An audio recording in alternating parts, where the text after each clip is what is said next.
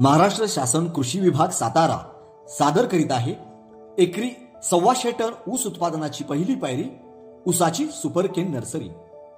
महात्मा फुले कृषी विद्यापीठ राहुरीचे सेवानिवृत्त शास्त्रज्ञ डॉक्टर बाळकृष्ण जमदग्नी यांच्या संशोधनावर आधारित ऊस पिकाची सुपरकेन नर्सरी। काय आहे ही सुपरकेन नर्सरी? आपल्याच मातीत तयार केलेले ऊसाच्या एक डोळा कांडीचे रोप आपल्याच शेतात लावणे म्हणजे ऊसाची सुपरकेन नर्सरी। आता या ऊस सुपरकेन नर्सरीचे फायदे तरी काय आहेत? चला तर मग आपण याचे फायदे पाहूया। प्रथमतः आपण ऊसाची लागवड दोन प्रकारे केली जाते हे पाहूया। पहिला प्रकार म्हणजे ऊसाच्या तयार रोपांची नर्सरीमधून विकत आणून पुनर्लागवड केली जाते। विकतच्या रोपांपेक्षा स्वतःची सुपरकेन नर्सरीच फायदेशीर का? त्याचं कारण असं आहे, सुपरकेन नर्सरीमध्ये एक डोळ्याची कांडी मोठी वापरली जाते, त्यामुळे सुरुवातीची वाढ अतिशय जोमदार होते। मुळांची वाढ सशक्त म्हणजे 10 ते 12 सेंटीमीटर होते।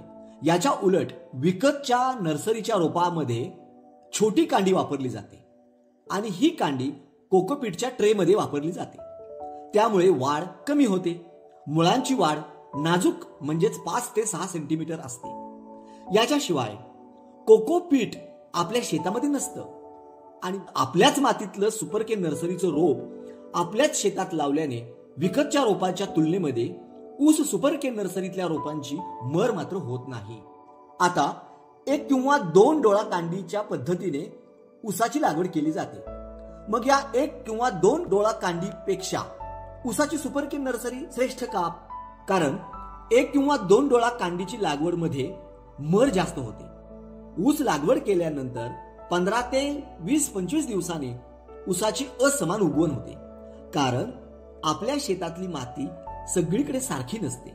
त्याचबरोबर एखाद्या वेळी एक डोळ्याची कांडी कमी अधिक खोलीवरती जर गेली असेल तर उगवण असमान होते, त्यामुळे फुटवे सुद्धा सुरुवातीला अशक्त होतात। याच्या उलट सुपरकेन नर्सरी ही 1 किंवा 2 गुंठ्यामध्ये नियंत्रित स्वरूपात केल्यामुळे 5 ते 6 दिवसातच एक समान उगवण होते।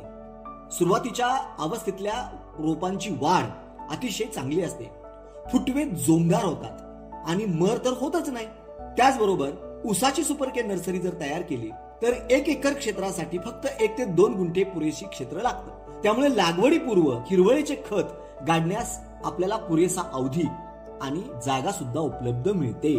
आता सुपरकेन नर्सरीचे आणखी काय फायदे आहेत? तर पहिल्या 1 महिनाभर आपण संपूर्ण क्षेत्राला पाणी देत नाही। सुपरकेन नर्सरी ज्या क्षेत्रात 1 किंवा 2 गुंठे क्षेत्रात केलेली आहे त्याच ठिकाणी आपण नर्सरीला पाणी देतो।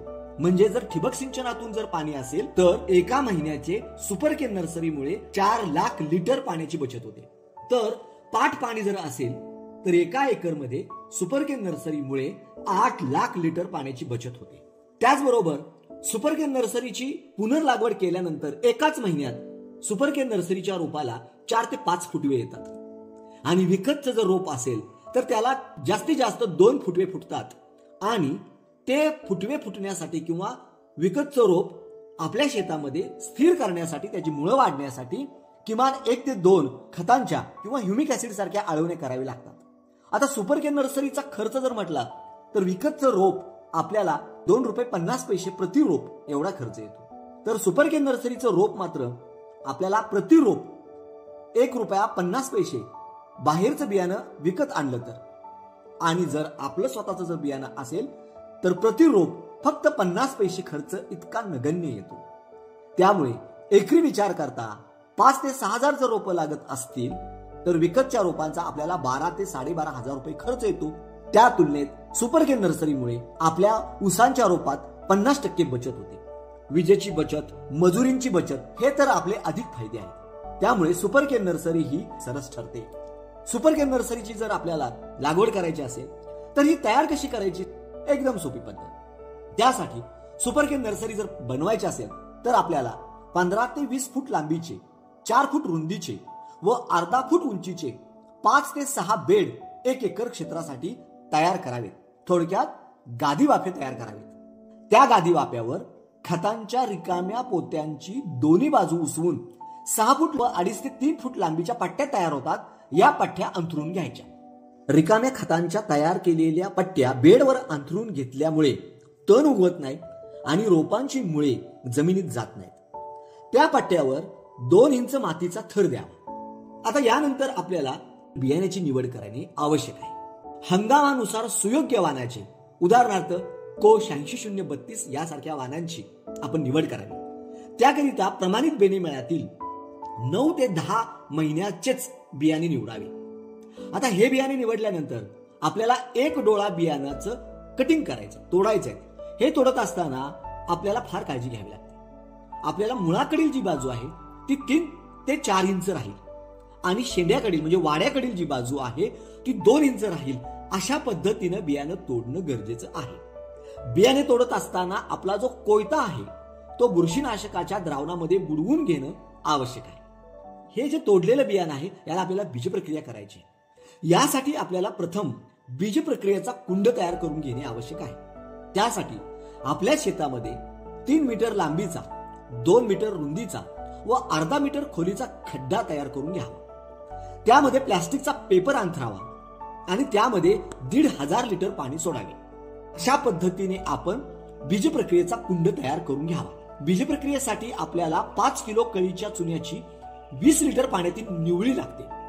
चुन्याची निवळी आदल्या दिवशी किंवा प्रत्यक्ष बीजप्रक्रिया करण्यापूर्वी 4 तास तयार करून घ्यावी. यासाठी प्लास्टिकच्या बादलीमध्ये 20 लिटर पाणी घ्यावे आणि त्यामध्ये 5 किलो कळीचा चुना टाकावा. त्यामध्ये उष्णता बाहेर पडते, ती संपूर्ण उष्णता बाहेर जाऊन द्यावी आणि त्यानंतर फक्त वरील चुन्याची निवळी बीजप्रक्रियेसाठी वापरण्यासाठी घ्यावी. चुन्याचा गाळ मात्र वापरू नये. ती चुन्याची निवळी आपण तयार केलेल्या बीजप्रक्रिया कुंडामध्ये सोडावी. त्यानंतर त्या बीजप्रक्रिया कुंडामध्ये 20% EC क्लोरोपायरीफॉस 750 मिली अधिक कार्बेंडिझम 50% WP 750 ग्रॅम सोडावी आणि त्यामध्ये आपण अगोदरच 5 किलो कळीच्या चुन्याची निवळी मिसळून घेतलेली आहे.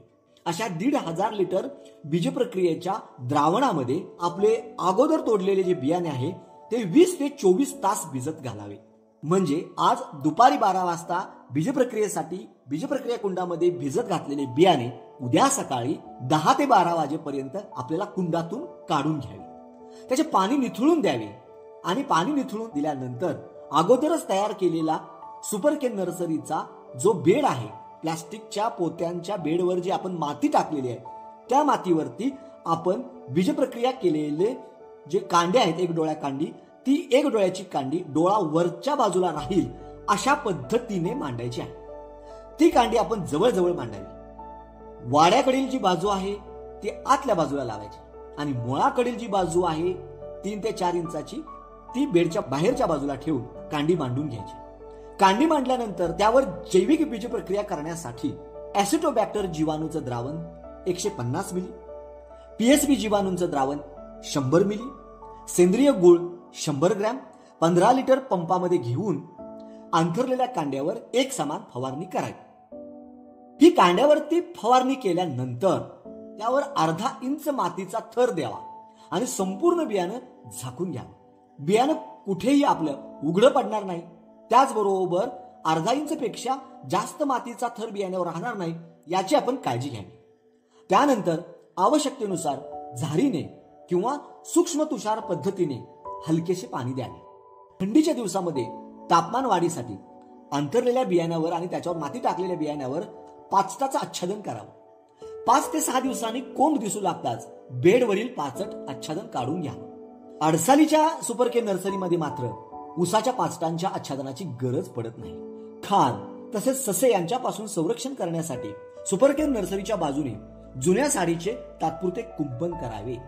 ही सुपरकेन नर्सरी झाल्यानंतर 5 ते 6 दिवसानंतर चांगले कोंब उगवलेले दिसतात. यानंतर आपण 12 ते 14 दिवसांनी दशपर्णी अर्काची फवारणी करावी. त्यासाठी 500 मिली दशपर्णी अर्क 15 लिटर पंपात घेऊन त्याची फवारणी करावी किंवा 20% क्लोरोपायरीफॉस 25 मिली, कार्बेंडिझम 25 ग्रॅम प्रति पंप या प्रमाणात फवारणी करावी.